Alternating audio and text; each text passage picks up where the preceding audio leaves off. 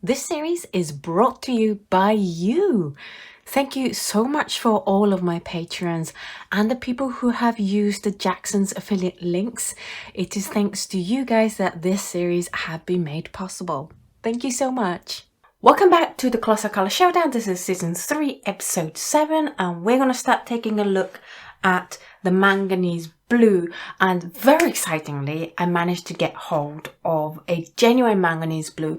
Manganese Blue on the whole, for most main brands, unless it says Manganese Blue Genuine, it's going to be a hue color, and that's because Manganese Blue has gone out. There is environmental and health concerns, and so Manganese Blue Genuine, the PB33 pigment, has been phased out of a lot of industries, and they are harder to find because of that.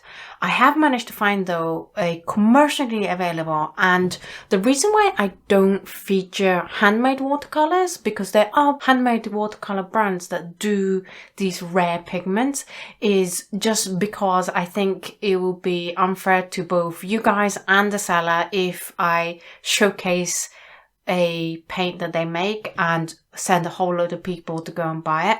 I used to make my own handmade watercolor paints. We do them in small batches, and there's a schedule and it takes time, and it's very, very difficult to cater to a sudden increase in demand of a particular color. And I don't want to put that kind of pressure on a seller feeling like they can't cater for the demand that's suddenly created, and I don't want you guys to feel that you guys can't get hold of it. However, I do recommend, if it's a rare pigment or it's pigment that is being phased out and they're difficult to get or they are not commercially available often, then I highly recommend checking out handmade watercolor paint makers, because they're all pigment nerds like us, and some of you are watching this, and thank you. Hello, I love you guys.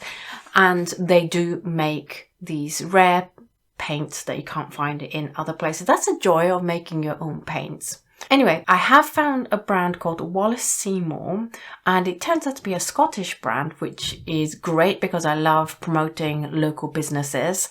I did email them, say, hey, I'm going to be featuring your colors. Do you want me to mention anything about your company or your paints?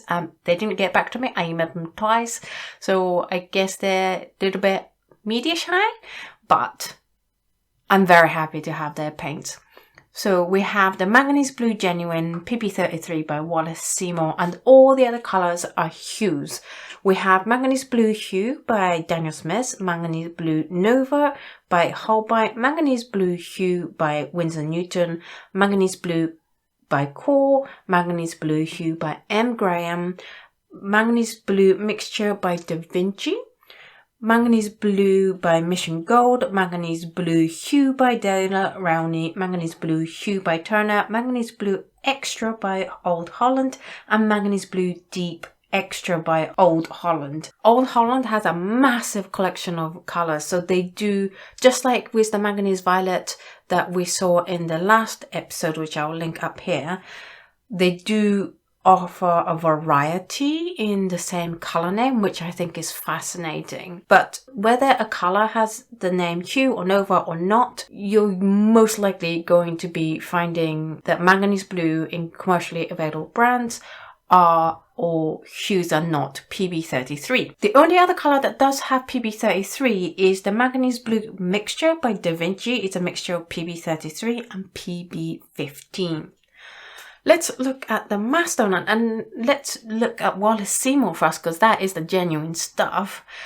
I have to say, it's much brighter than I thought a genuine Manganese Blue is going to be. I had never seen a genuine Manganese Blue until I came to do this test, and I always felt like, ooh, is that like a little bit too strong? Because you look at Manganese Violet and they're quite pale and soft, whereas this is much more of a bright blue, almost a phthalo blue green shade kind of color. It has heavy granulation, and you'll see in the next episode when I show you the cotton paper test of these colors that it's really heavily granulating and it's beautiful. Manganese blue as a pigment is a very heavy pigment. I bought the 5mm tubes and they are very heavy for 5mm tubes. So I know that the pigment itself is heavy, and so the binder will split very easily, and there was lots of binder split in this one, but that was expected. It's fine. I was just so happy to be trying a manganese blue genuine. In terms of hue as a comparison to the manganese blue, I would say that it's a yellowish phthalo blue, so rather than greenish. So I would say that the manganese blue extra by Old Holland is a little bit too much on the green turquoisey side.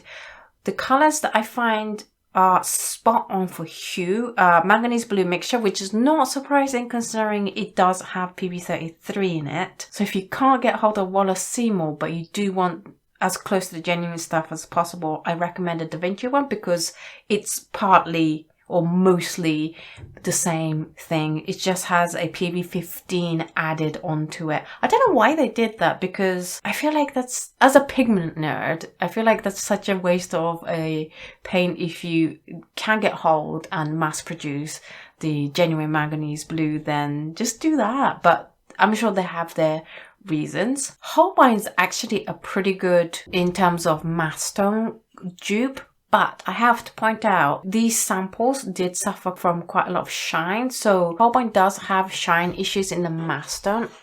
I'm not sure if you'll see it. Can you see that? And Mission Gold also had the same issue of the shine. De La Rowney had a shine, Turner had a shine. So if you do want to use it in its matte tone, I would avoid those brands. But if not, if you're going to use it slightly watered down, then it won't be a problem. If you're looking for manganese blue genuine dupe, then you are going to be looking for a granulating color. And the colors that granulate, certainly on the Fabrian Academy paper, you can see is Daniel Smith, M. Graham, and Da Vinci, as well as very subtly on the Old Holland colors. You'll see with the cotton paper that the granulation comes through better, and it's one of the reasons why people recommend the cotton paper over cellulose paper. That will be in the next episode. In terms of going on smoothly on cheap paper, and as a reminder, I test these colors on cheap cellulose paper, and if they go on smoothly on this, then they're going to go on smoothly on any kind of watercolor paper.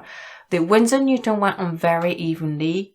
The Da Vinci one did as well, and the Old Holland one is very smooth as well. The streakiest ones are Holbein and Core, a little bit on M. Graham, and Mission Gold and De La Rowney.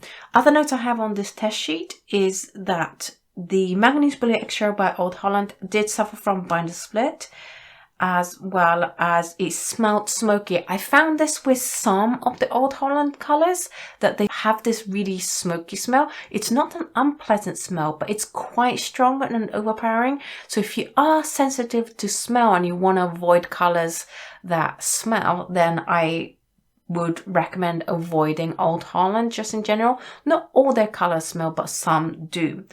The De La Rowney one also smelled a bit off. It wasn't smoky or anything. It just smelled a bit off, like a weird smell. So I don't know if that's because it's gone off or something, but it's something for me to report. Then we move on to the prices. In terms of the most expensive UK prices, it is by far going to be the Manganese Blue Genuine by Wallace Seymore.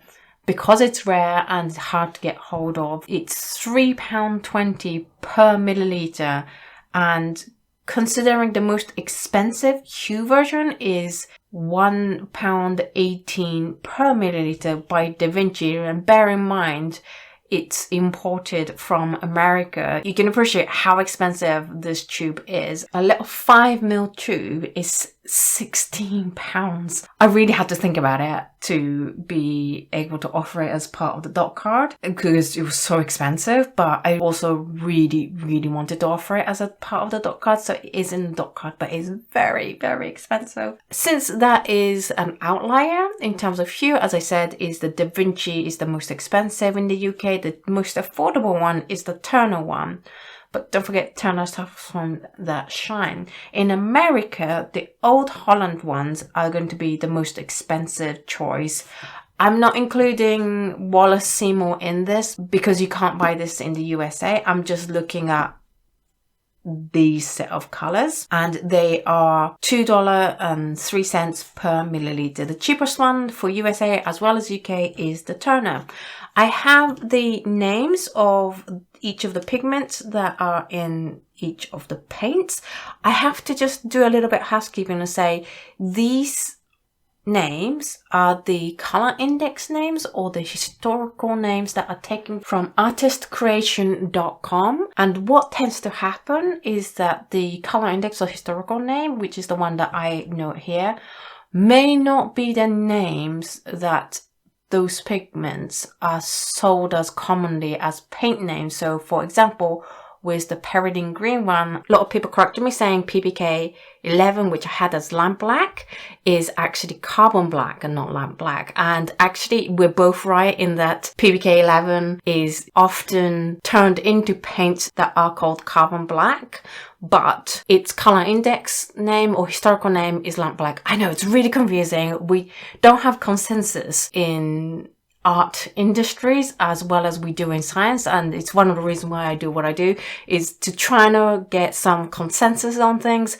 But yeah, it's very confusing. So if you're like, that's not what I know my paints as, then it's probably that there is a difference between the color index and historical name and the color names that that pigment is sold under when it's turned into paint. Anyway, that was a little bit of housekeeping. PB15, which is quite common in the hues, is phthalo blue. And then Manganese Blue by Quart has phthalo green and phthalo blue green shade. Manganese Blue Hue by M. Graham has phthalo blue green shade with Chinese white. Da Vinci is Manganese Blue with phthalo blue. Mission Gold is phthalo blue green shade with titanium white. The De La Rowney one is phthalo blue green shade with lithopone. Old Holland one is a mixture of cerulean blue, cobalt, titanate green, phthalo blue, and then the blue deep extra has an additional manganese violet in there. Let's now take a look at the opacity, and the genuine stuff is pretty opaque all over, and not surprisingly Da Vinci is quite similar in that, but not quite as opaque as the genuine stuff, which makes sense because it has a little bit of PB15 added to it. Some brands have done really well in copying that opacity with the Core one, M. Graham one, Mission Gold, De La Rowney, Old Holland, both of them, as well as Holbein, has pretty consistent opacity. I would argue that these four and the Mission Gold one is a little bit too all over opaque. There's a lot of variance in the opacity here in the genuine stuff. So I would say in terms of opacity, the Holbein one and the Turner one is closer in characteristics than any other paint brands. Daniel Smith one and Winsor Newton one is pretty transparent compared to the genuine stuff. And finally, for this video, we're going to take a look at the lift and the glaze. And I have to apologize, please ignore that one. That one isn't the paint's fault, it was my fault. In terms of lift, I think the genuine stuff is almost non-staining, but I do see some pigments left over on the strip. Whereas, say, the Winsor Newton one is the least staining of them all, but it maybe have lifted a little bit too much. So you want somewhere that isn't heavily staining. So for example, Mission Gold is way too much staining. There's just too much phthalo blue going on in there.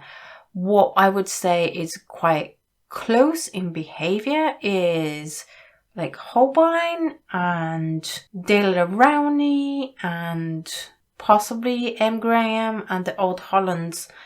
I would say anything other than the Mission Gold one and you'll be okay in mimicking the lift and the staining power. In terms of glazing, granulating, opaque and easy to lift colors are always going to be a bit of a nightmare to glaze with. I advise against that unless you're really, really good at glazing and experienced at it. So even with the original, it's a bit of a mess, it's uneven, and you don't see the bottom layer that clearly. So the ones that don't behave like that are Winsor, Newton, Daler, Rowney and Turner, where it's pretty even in its glazing and you see the bottom layer clearly.